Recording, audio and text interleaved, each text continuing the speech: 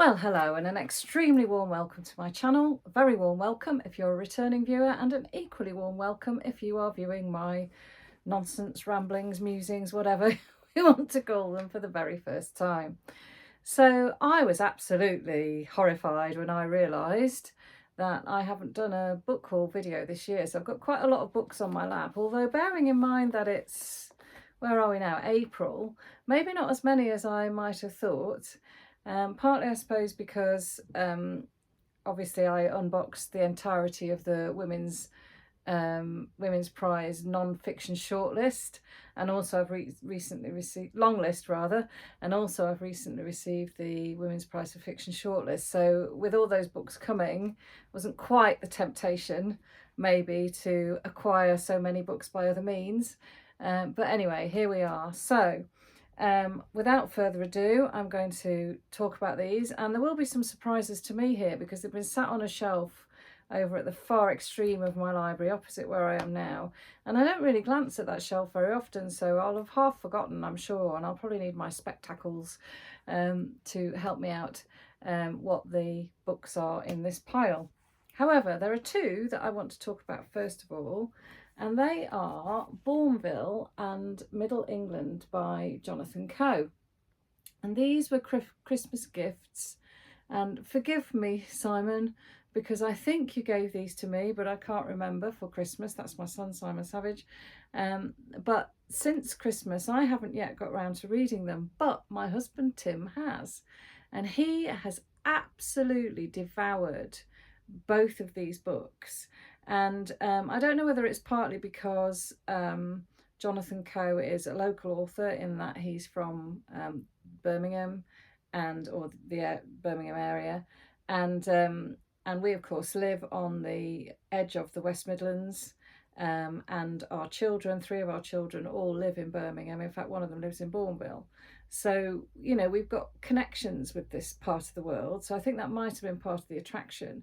But also he's loved them, I think, because they are political.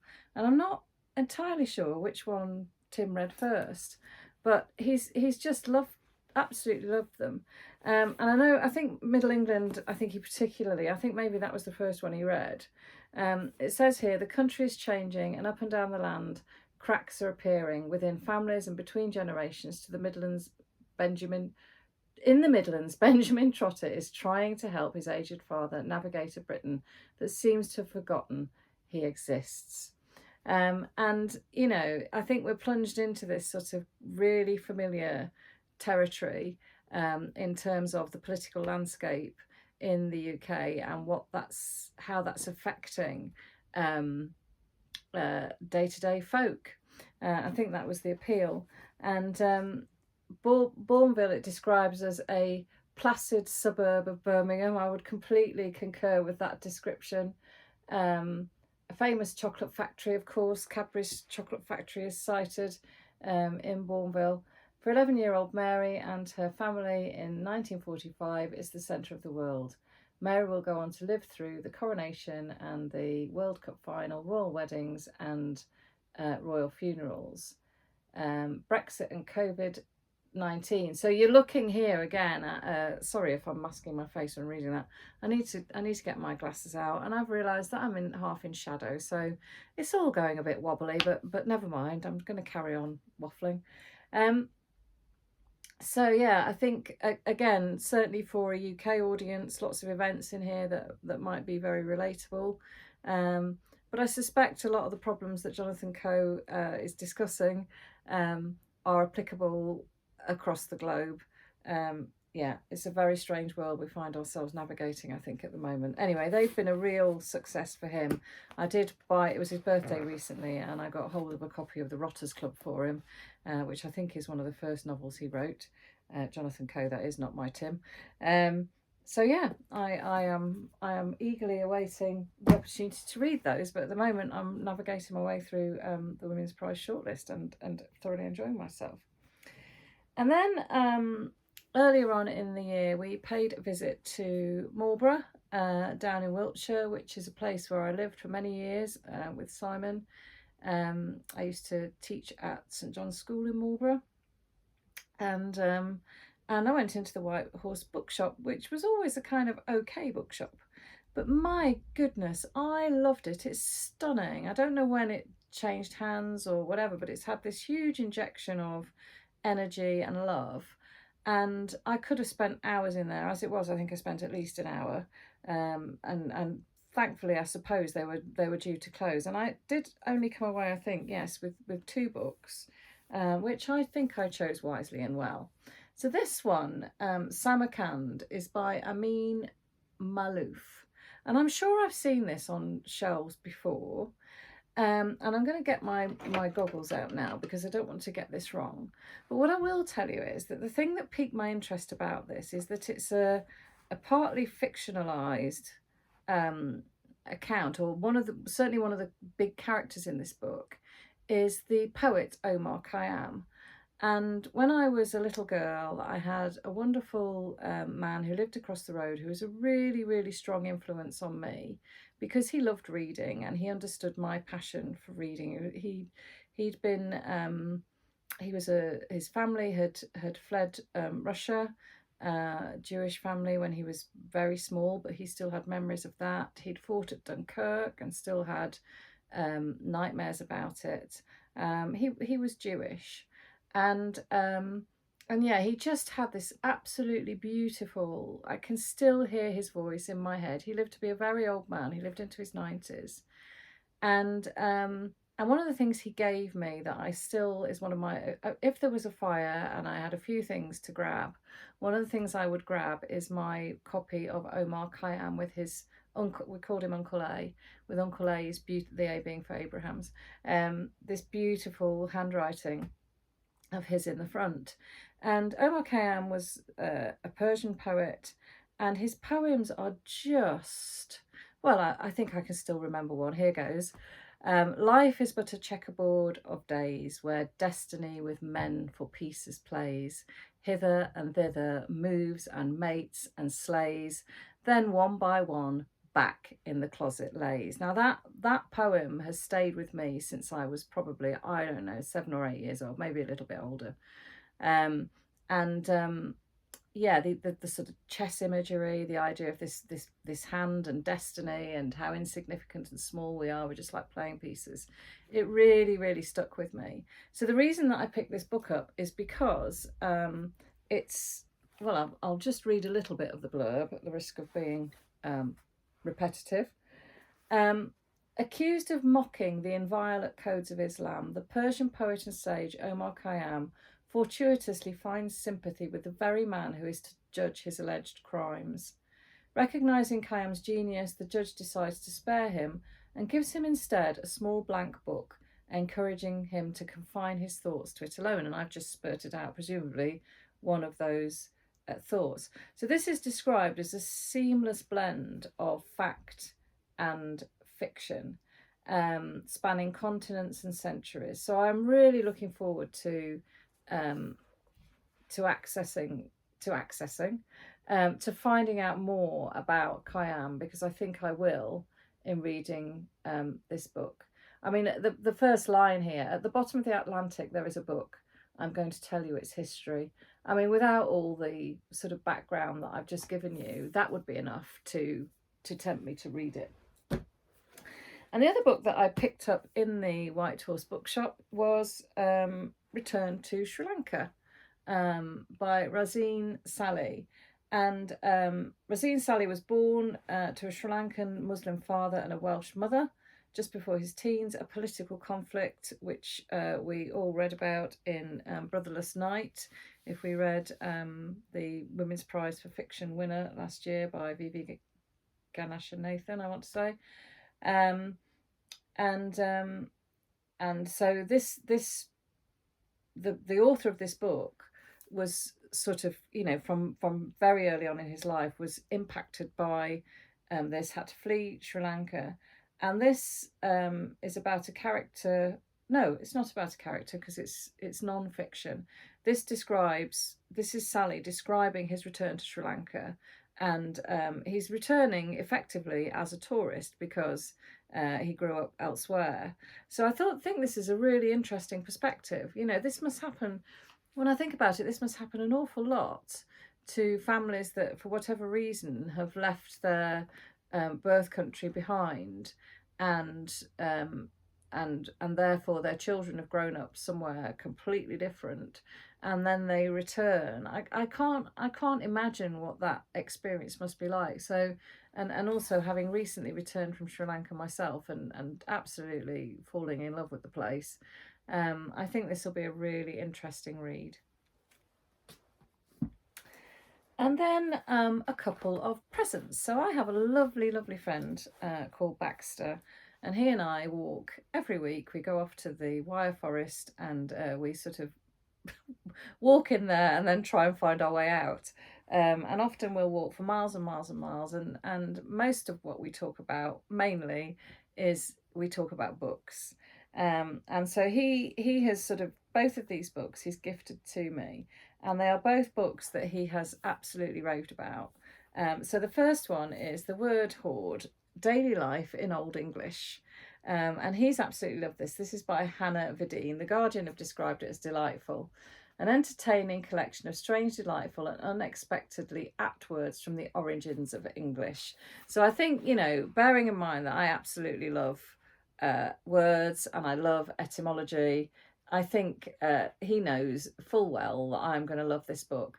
This is the sort of book that I would not dream of reading cover to cover. I know that what I'll do is I'll just have it on that little yellow table over there, like I do my poetry books, and I will just dip into it and read a little bit, you know, every other day or so, just to sort of fill my mind with something different. And often maybe as a palate cleanser in between other books, that's something that I like to do. So yeah, that's The Word Hord by Hana Videen, and I'm sure at some point I'll report how I've got on with that. And then he's also gifted me Seamus Heaney's, no, not him, Seamus Heaney, the Irish poet. He's gifted me Seamus Heaney's version of Beowulf. I did read Simon Armitage's Sir Gawain and the Green Knight earlier this year, last year, late last year, I can't quite remember now, it must have been last year, and absolutely loved it. That's a poetic translation, in inverted commas, of the Old English story, Arthurian legend. And my friend Baxter was absolutely horrified that I'd never read Heaney's Beowulf in its entirety. I'm sure I've read extracts, but I've never read the whole thing. And he'd reread it quite recently and absolutely loved it. So I love, you know, it's the epic story of a young man, a young hero. Ooh, where are we? I don't want to get my facts wrong. Actually, it doesn't really tell you anything about Beowulf himself. You see, this book was written in 1999. Oh, what's lovely is it's got some of the old what language was it written in even? Oh, this is going to bug me now.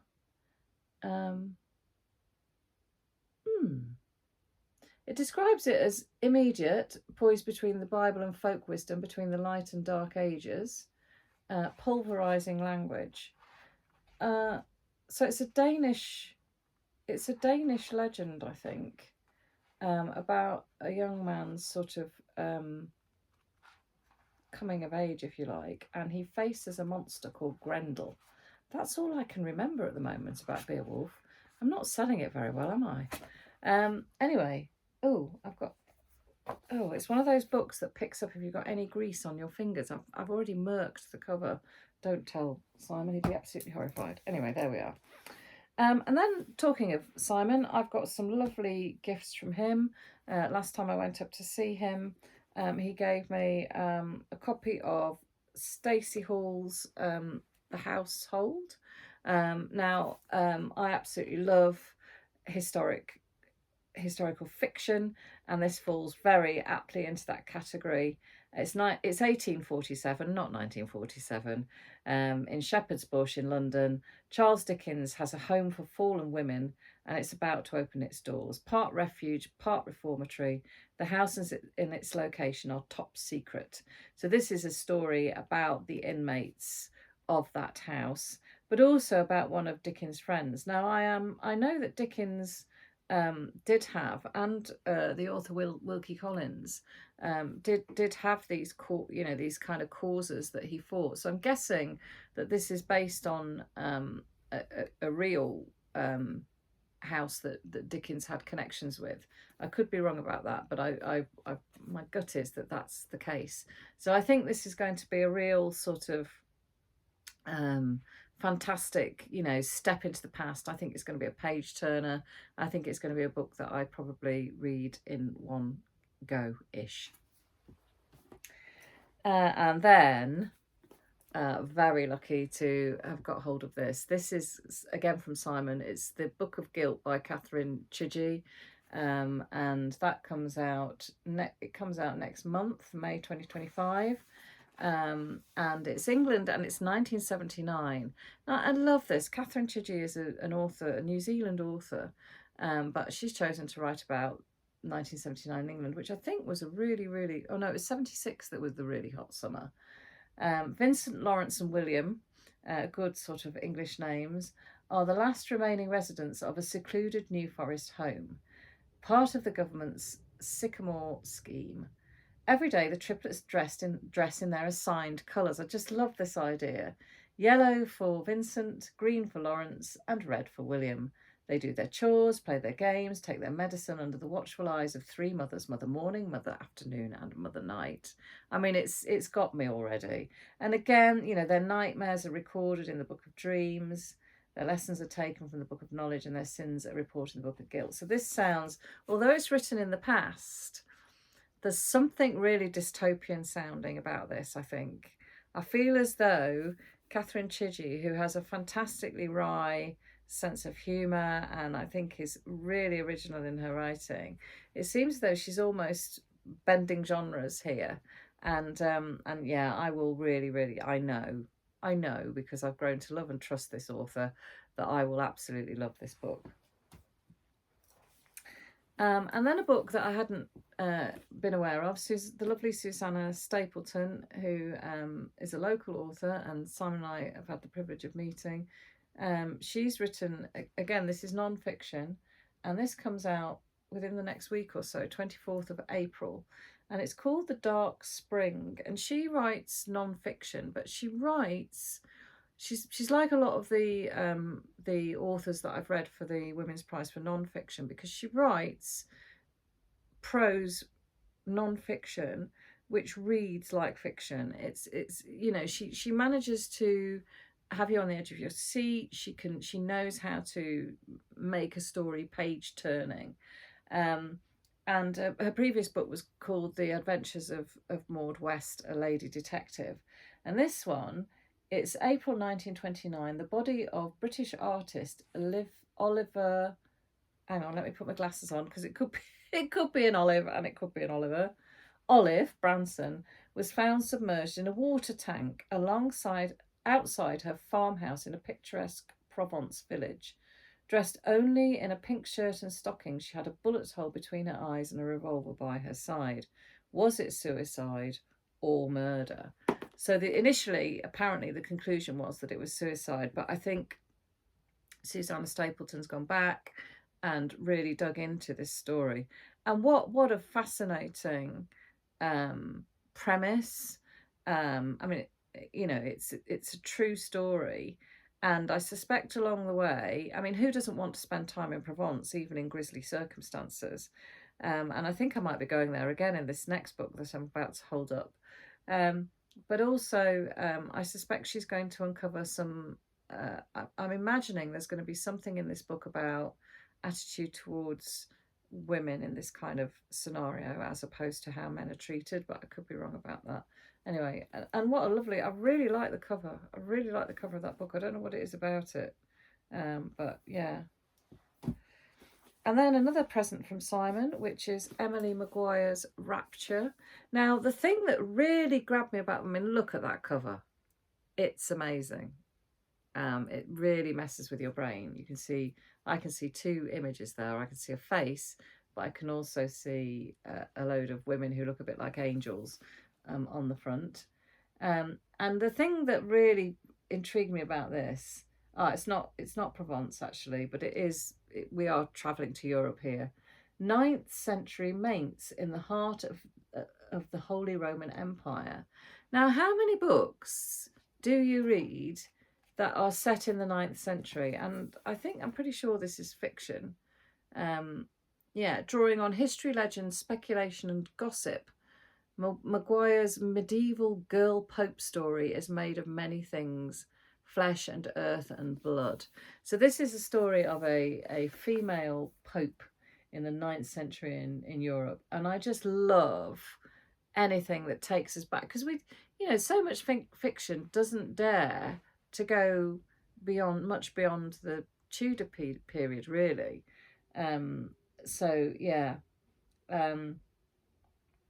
Tragedy strikes. She's suddenly forced to choose between what's expected of her and the life she's always dreamed of.